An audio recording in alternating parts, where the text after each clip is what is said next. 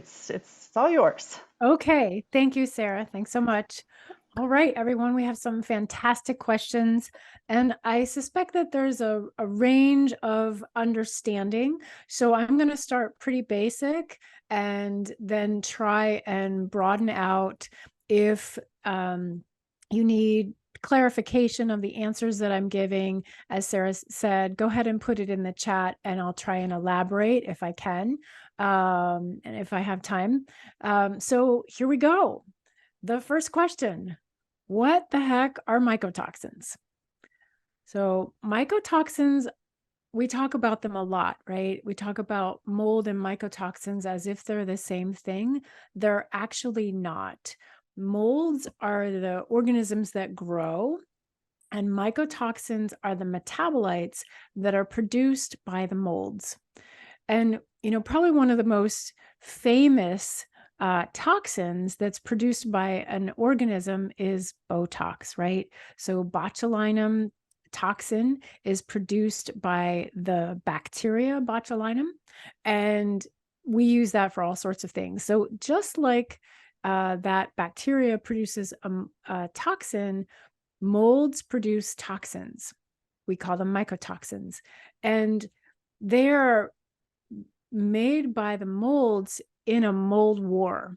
So they are fighting each other, creating their toxins in order to compete out with each other. And we just happen to be the innocent bystanders in a mold war with these mycotoxins. Now, mycotoxins in general are not a good thing. There are plenty of molds that don't produce mold toxins, and there are probably dozens of mycotoxins that are being produced. And the ones that we're most concerned about are the ones that grow in water damaged buildings. So the molds that have a high affinity for growing in water damaged buildings. There, of course, are some molds that will grow on cheese and fruits and vegetables and grains especially, and those molds can produce mold toxins. And there are a variety of different illnesses that have been historically documented and that happen in today's day and age, because of contaminated grains, where the grains or the food sources get moldy, and those molds produce mold toxins. If you eat moldy food, you can get sick, right? We know that. And a lot of the medical literature and what we've figured out about how to treat mold toxins in the body comes from our agricultural literature, the veterinary literature, because there isn't a lot of human data on how best to get some of these mycotoxins out. So we're extrapolating from some of the data that is available from these different sources. The mycotoxins that are concerning, there are a handful, and we'll talk about them a little bit more when we look at the different kinds of tests that we can do. Some of the biggest ones would be ochratoxin or aflatoxin, trichothecenes, zearalenone, and gliotoxin. Those are some of the most common. There are some other ones too. Citrinin, for example, is some of them. And these can be produced by different mold species.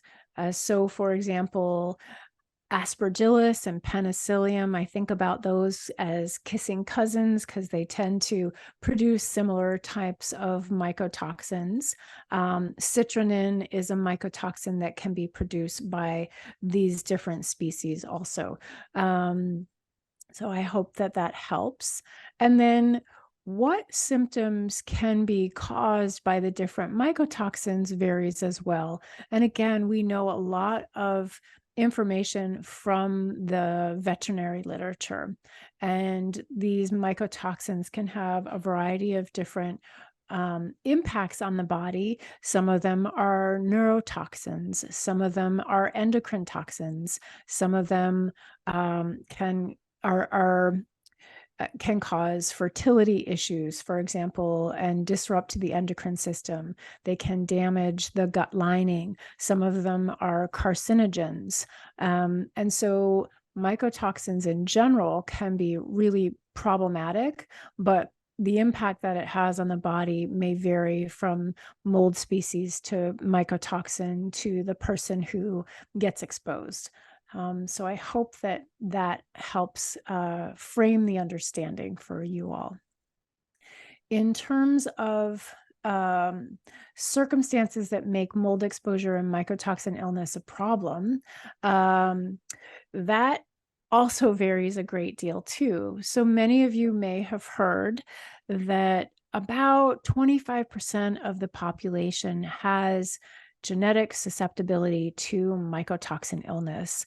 And this was a fact that was stated by Dr. Richie Shoemaker, who was one of the forefathers of mold toxin illness, who actually recognized that molds and these mold toxins could cause issues for people. And that was some studies that he did and came up with that number. And there are some genetics that you can actually test in blood. And many of my colleagues and I, very early on, a decade ago or so, started testing our patients for these HLA haplotypes and found, ironically, that at least in my practice, it was probably closer to 90% of the patients that see me had these mycotoxin susceptibilities or these different haplotypes, these genetics. So I think it's more complicated than Dr. Shoemaker originally set out.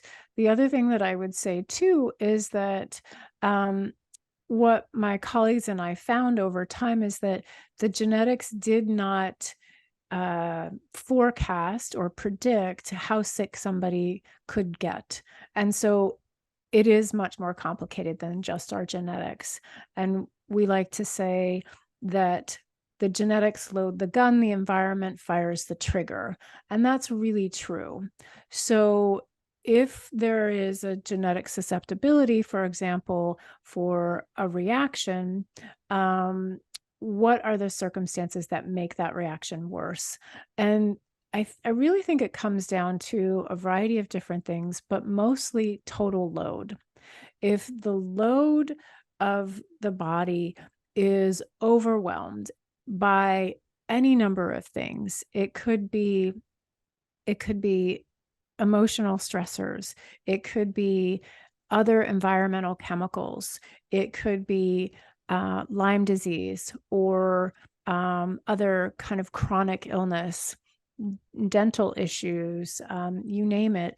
If those things are at play, COVID, if those things are at play, and then you have a water leak and you get exposed to mold because it isn't properly managed right away, then you can become that much sicker.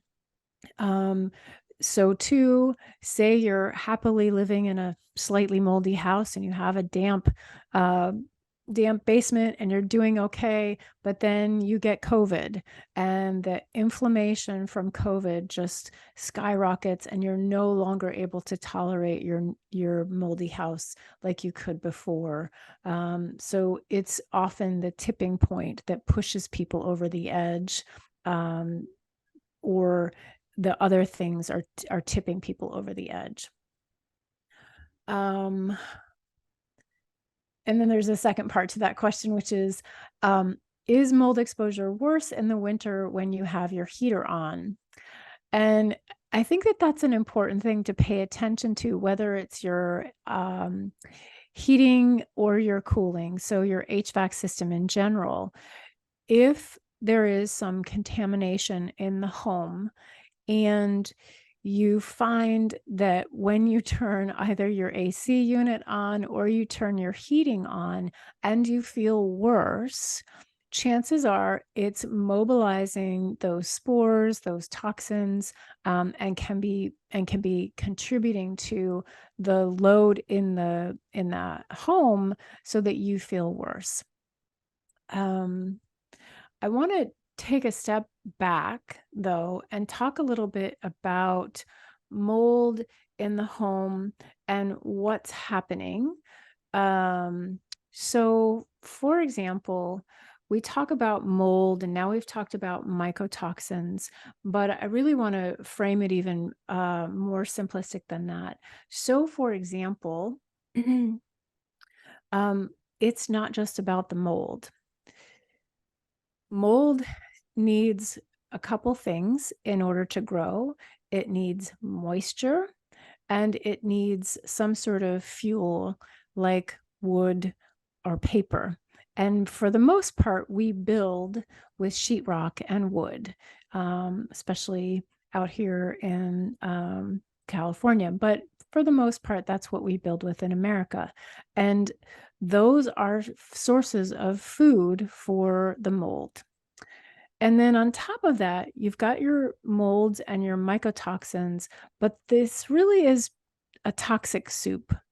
So there's other things that grow in a moisture enriched environment or water damaged building, like bacteria. Certain kinds of bacteria can grow, actinomycetes can grow. There are um, fragments that are very inflammatory to the immune system. There are what we call microbial VOCs. This is the smell, the moldy smell.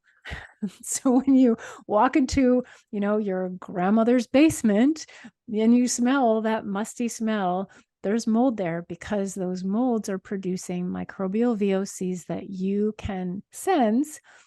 And it turns out that those microbial VOCs are actually really bad for us. They did a bunch of fruit fly studies, and those poor fruit fly really, they were damaged because of the microbial VOCs. So it is this toxic soup of a whole variety of different things, not just mold and mycotoxins that are growing when there's water damage in the home. And then I'll move on to the next question, which is, if you can't see mold in your home, how do you know you have a mold problem? One of the mold remediators that I did an interview with last year for the summit shared that in most homes, people have between 20 and 30 potential water intrusion sources. I'm going to say that again. Between 20 and 30 in most homes. Where are those? What the heck, right? That's a huge number.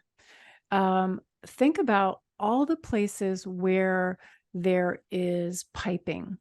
So you've got your sink, you've got your dishwasher. If you have a hose that goes to your refrigerator, there's a water source there, ice maker, and then every single bathroom, toilet, sink, shower, there's piping that goes there, your hot water heater and all the pipes that are bringing the hot water from the heater to where they go in the house, your laundry room.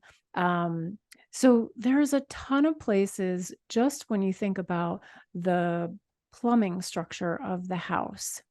And then every single window, every single door, the roof, all the facets on the roof, all of those are potential sources of water intrusion if the construction is faulty. And then the other things to think about are, what about the house and it's positioned in the lot? Are you on a hill? Is there a crawl space? Is the grading such that water could be going into the house rather than away from the house? Here in California, when you walk around and you look at all the beautiful landscaping that people have, the landscaping and the plants abut the houses, and we don't get enough rain on a regular basis to keep our plants healthy. So what do? We turn on a sprinkler system. And if that sprinkler system hits the house on a regular basis, you have a chronic source of water, and therefore a chronic opportunity for mold to grow. So just in that list alone, you can start to think about, oh my goodness,